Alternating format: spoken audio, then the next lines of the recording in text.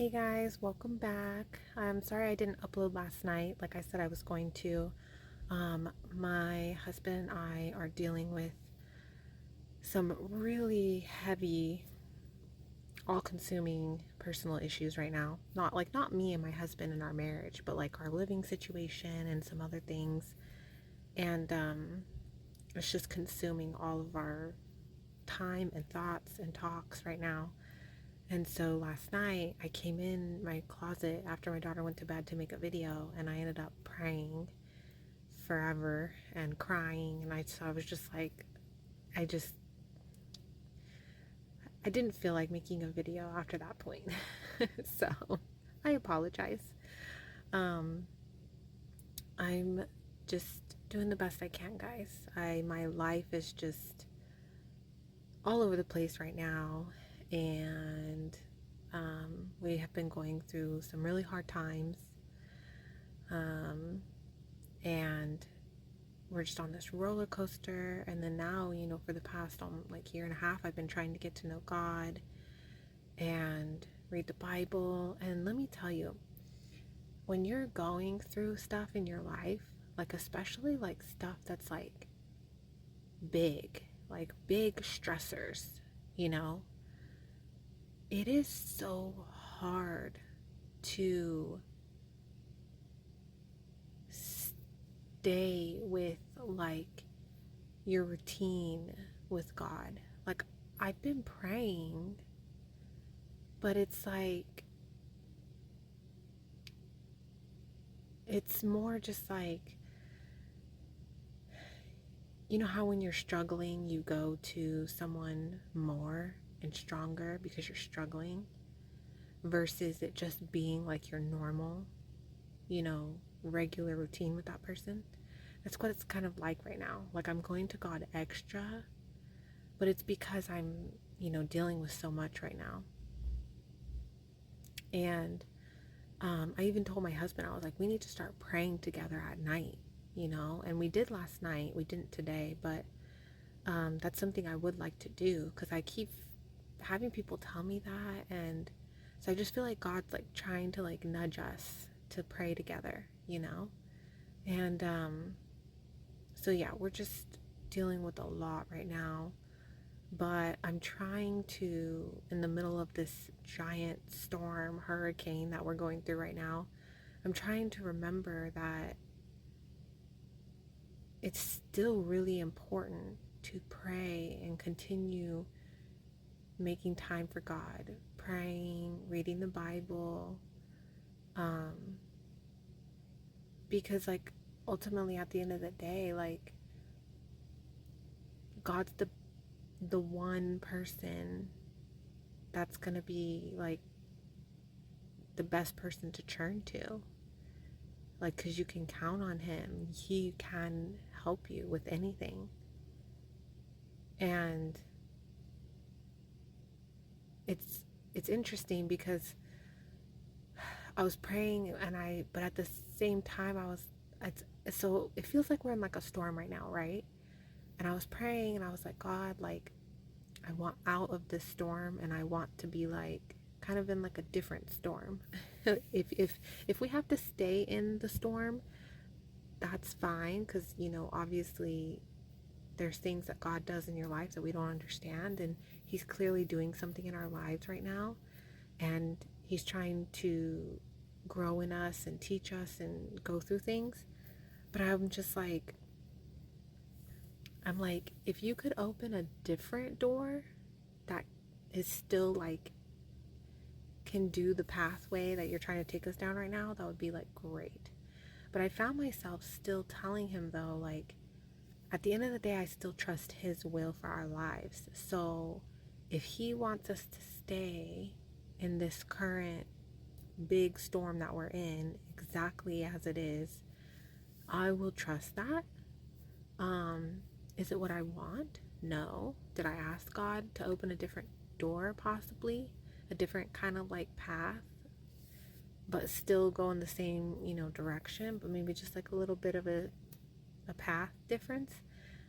Heck yeah, I asked him, because why not? You know, like obviously I'm going to respect what God's will is for our lives. And if that's to stay exactly where we're at, then I will respect that. Doesn't mean it makes things any easier, but I think that we should still like be honest about how we're feeling and the things that we want, even if it's not in God's will. Because I do trust God's will and I want His will to be done. But I also have to tell Him how I feel and what I want too. Because what I'm asking Him is not unreasonable in by any means. But I also don't know exactly what God's doing in our lives right now and the people around us in their lives. So it's like I don't want to mess up His plans if it's really important, you know? So it's like hard. It's really hard. I'm trying to just stay calm in this storm, and let me tell you, it is so, so hard. It is so hard. Like, I almost had like an anxiety attack today. And if you've been following it all recently, you'll know that I just had like 4 anxiety attacks recently, which, you know, I was doing really well for a while there. So that just, I think, attests to the kind of stress and storm that we're going through right now.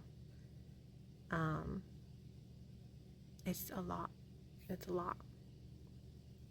But it's still really, really important to make time for God, because at the end of the day, like, if you strip away everything and you really think about it, what's most important is God and His Word.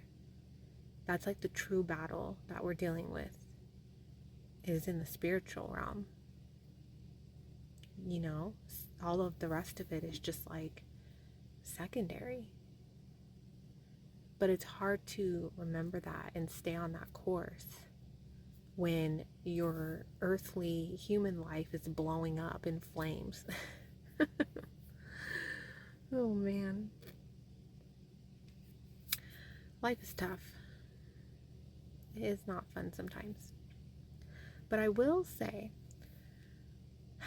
even though we're going through a hard time right now, my life overall and my mental health has been significantly better since God coming into my life. If something like this was happening, the things that we're going through right now were happening before God came into my life, I would be in a significantly worse state. Like, bad.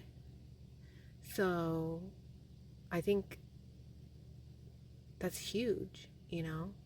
It just shows how like God really, really is just such a benefit and a good thing to have in your life. So anyways,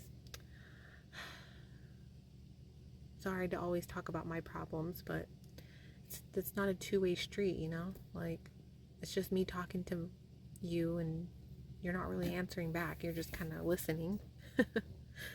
But if you have anything to share, the comments, let me know. I know I'm not alone. I know that there's many other people going through storms in their lives, and I'm right there with you guys. So let's get into today's chapters, because it was really hot in this closet and I'm just tired and done with today. For the kingdom of heaven is like a man traveling to a far country, who called his own servants and delivered his goods to them. And to one he gave 5 talents, to another 2, and to another 1, to each according to his own ability. And immediately he went on a journey. Then he who had received the 5 talents went and traded with them, and made another 5 talents. And likewise, he who had received 2 gained 2 more also. But he who had received 1 went and dug in the ground, and hid his Lord's money. After a long time, the Lord of those servants came and settled accounts with them. So he who had received 5 talents came and brought 5 other talents, saying, Lord, you delivered to me 5 talents. Look, I have gained 5 more talents besides them. His Lord said to him, Well done, good and faithful servant. You were faithful over a few things. I will make you ruler over many things. Enter into the joy of your Lord. He also, who had received 2 talents, came and said, Lord, you delivered to me 2 talents. Look, I have gained 2 more talents besides them. His Lord said to him, Well done, good and faithful servant. You have been faithful over a few things. I will make you ruler over many things. Enter into the joy of your Lord. Then he who had received the 1 talent came and said, Lord, I knew you to be a hard man, reaping where you have not sown, and gathering where you have not scattered seed. And I was afraid, and went and hid your talent in the ground. Look, there you have what is yours. But his Lord answered and said to him, You wicked and lazy servant, you knew that I reap where I have not sown, and gather where I have not scattered seed. So you ought to have deposited my money with the bankers, and at my coming I would have received back my own with interest. So take the talent from him, and give it to him who has 10 talents. For to everyone who has, more will be given, and he will have abundance. But from him who does not have, even what he has will be taken away. And cast the unprofitable servant into the outer darkness. There will be weeping and gnashing of teeth. When the Son of Man comes in his glory, and all the holy angels with him, then he will sit on the throne of his glory. All the nations will be gathered before him, and he will separate them one from another, as a shepherd divides his sheep from the goats.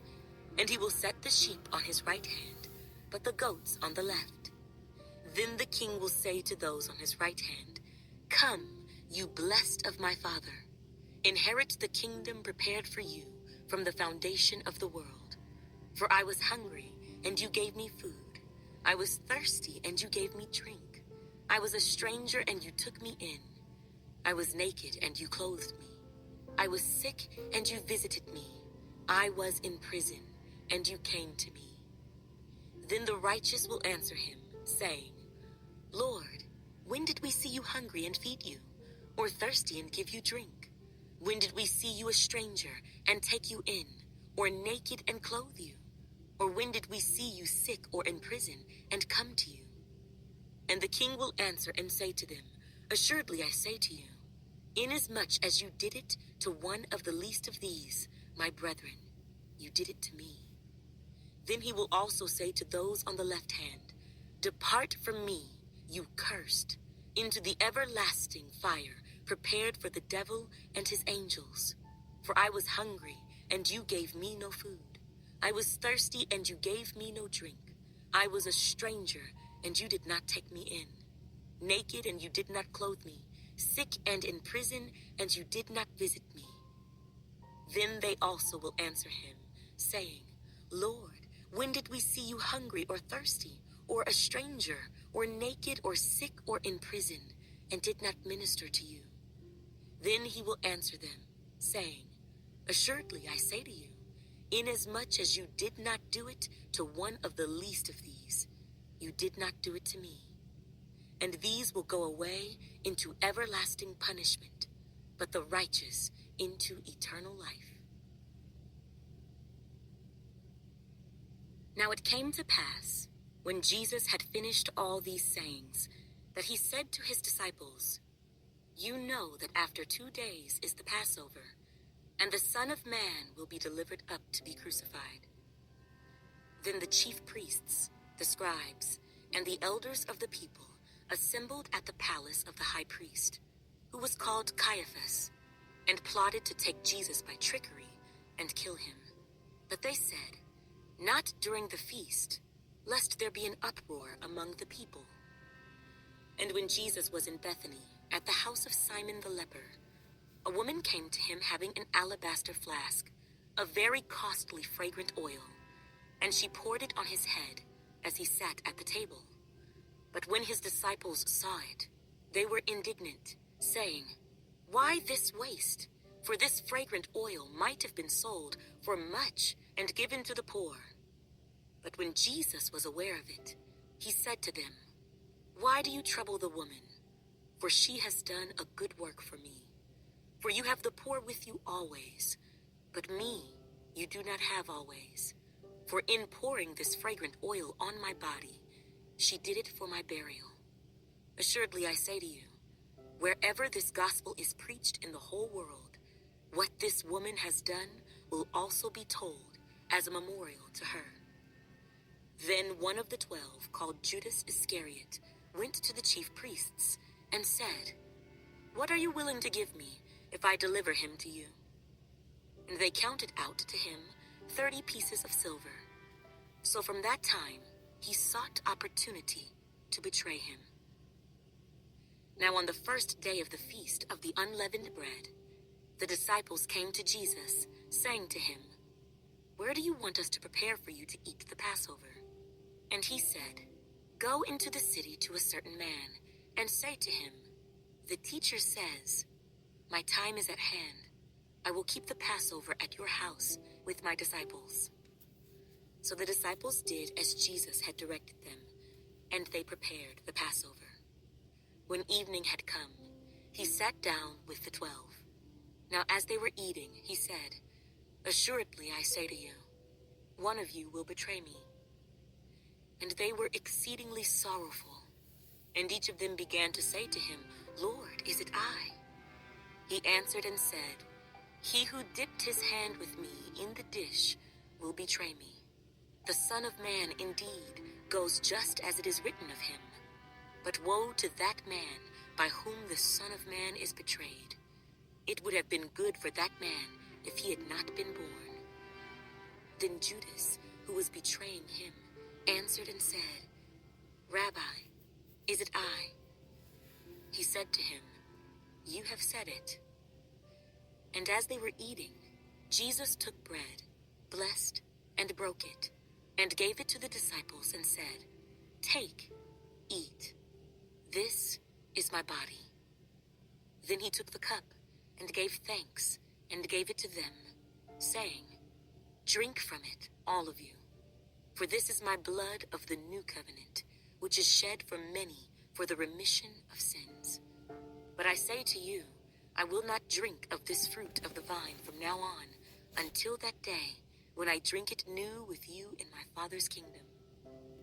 And when they had sung a hymn, they went out to the Mount of Olives.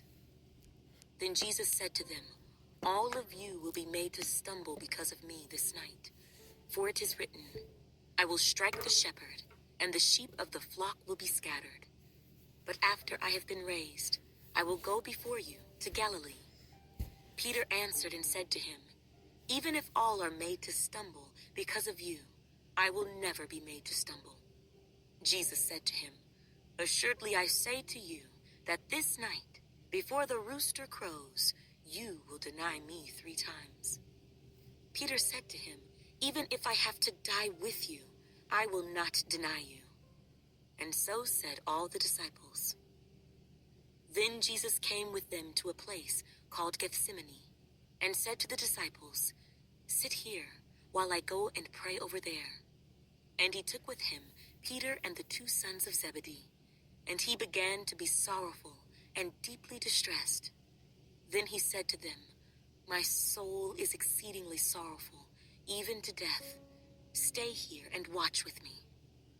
He went a little farther and fell on his face and prayed, saying, "Oh, my Father, if it is possible, let this cup pass from me. Nevertheless, not as I will, but as you will." Then he came to the disciples and found them sleeping, and said to Peter, "What?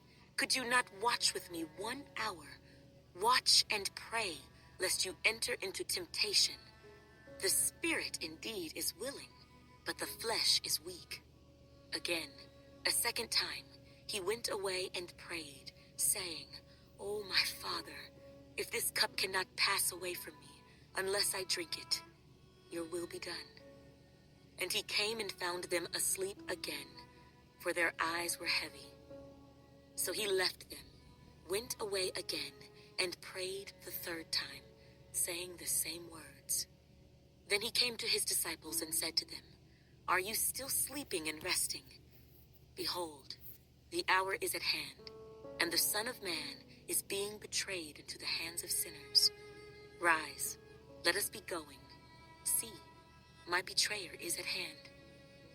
And while he was still speaking, behold, Judas, one of the 12, with a great multitude with swords and clubs, came from the chief priests and elders of the people. Now his betrayer had given them a sign, saying, "Whomever I kiss, he is the one. Seize him." Immediately he went up to Jesus and said, "Greetings, Rabbi," and kissed him.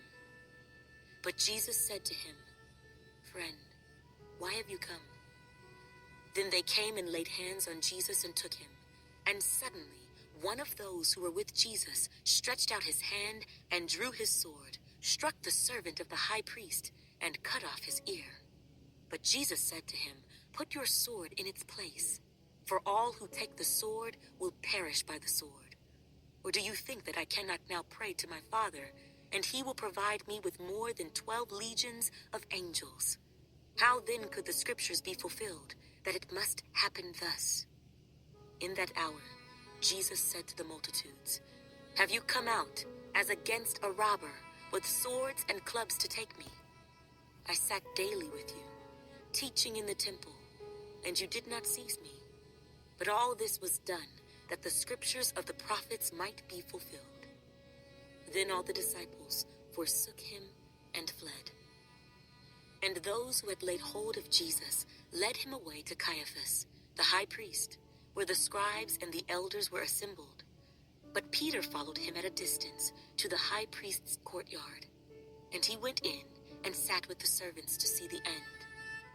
Now the chief priests, the elders, and all the council sought false testimony against Jesus to put him to death, but found none. Even though many false witnesses came forward, they found none.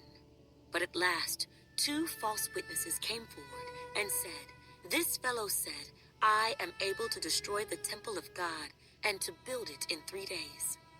And the high priest arose and said to him, "Do you answer nothing? What is it these men testify against you?" But Jesus kept silent. And the high priest answered and said to him, "I put you under oath by the living God. Tell us if you are the Christ, the Son of God." Jesus said to him, "It is as you said. Nevertheless, I say to you, hereafter you will see the Son of Man sitting at the right hand of the power and coming on the clouds of heaven."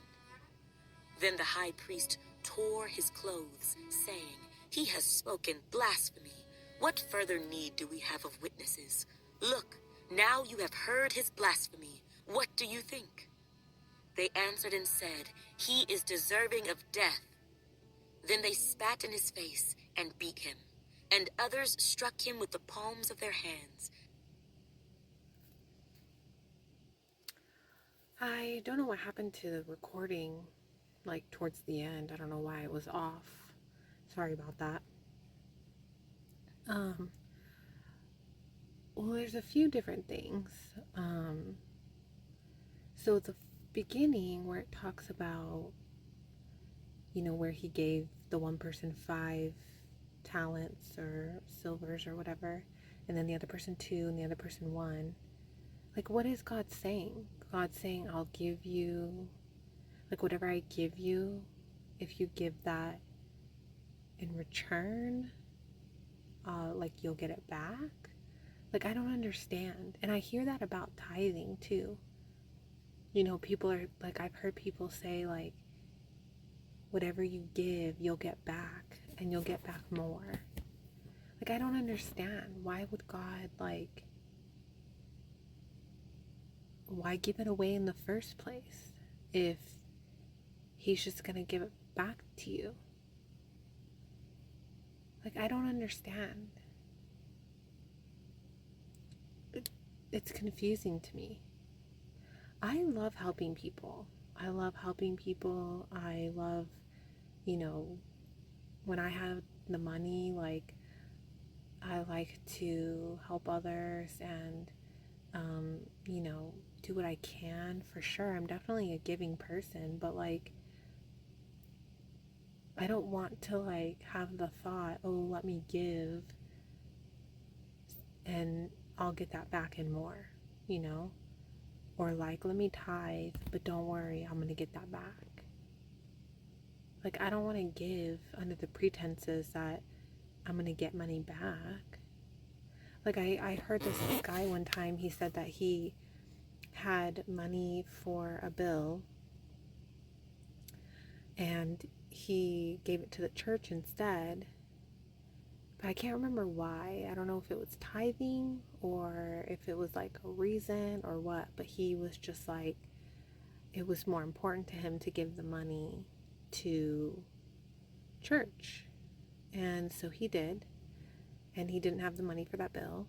And God then used someone else, like, to then give that money back to him in a very interesting way. And I'm like, I don't understand. It's almost like when people give gifts and they give a gift card and then you get a gift card back. It's like, well, then what was the point? Like, you literally just exchanged the same amount of money. You know, like my family and I, we do like a $50, you know, gift exchange kind of thing at Christmas time. You pick your person and then the budget is $50. And I told my mom, I was like, no gift cards or cash. Because then it's like, what's the point? You know, like you're spending $50 on a gift and then someone's just going to give you $50 back in cash. Like, it just doesn't make any sense to me. I don't understand it. I don't understand that whole logic. It it just doesn't make sense to me. And then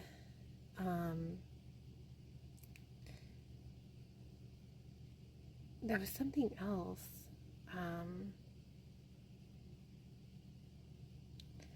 I didn't understand why Jesus kept getting mad at the people that were with him. He told them to watch. And he kept praying.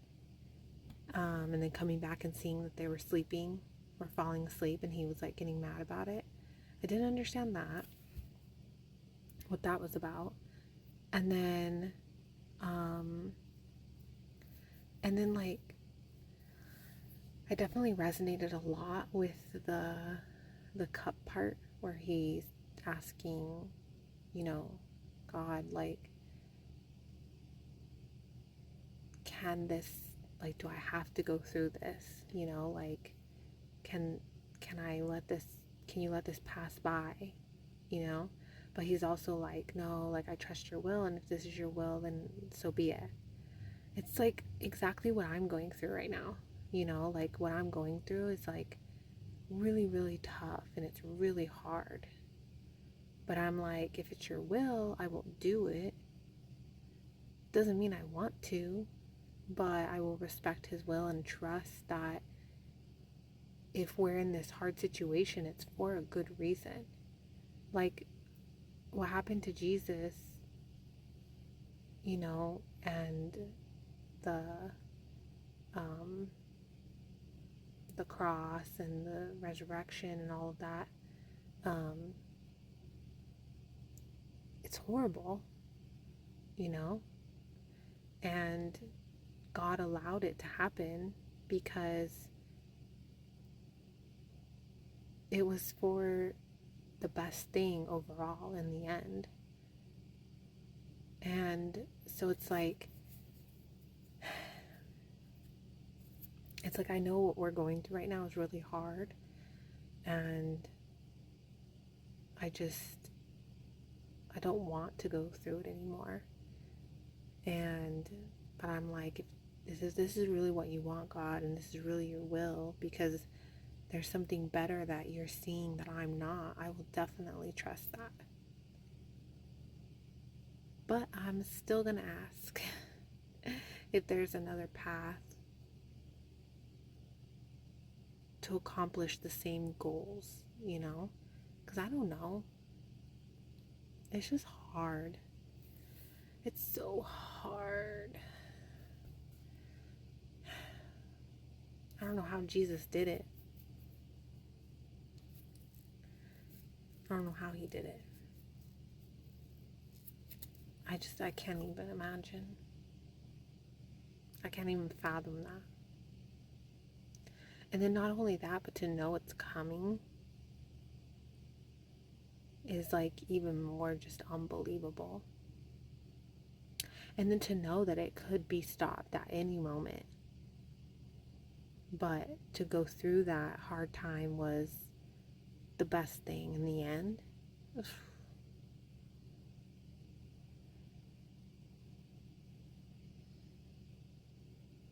I feel like God's answering my question right now as we're talking,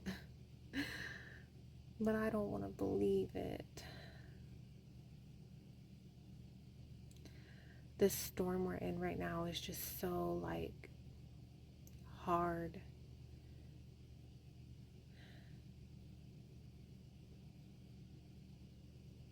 I don't know, guys. I need to pray some more. Okay, well, I will see you guys in 2 days for some more chapters. Bye.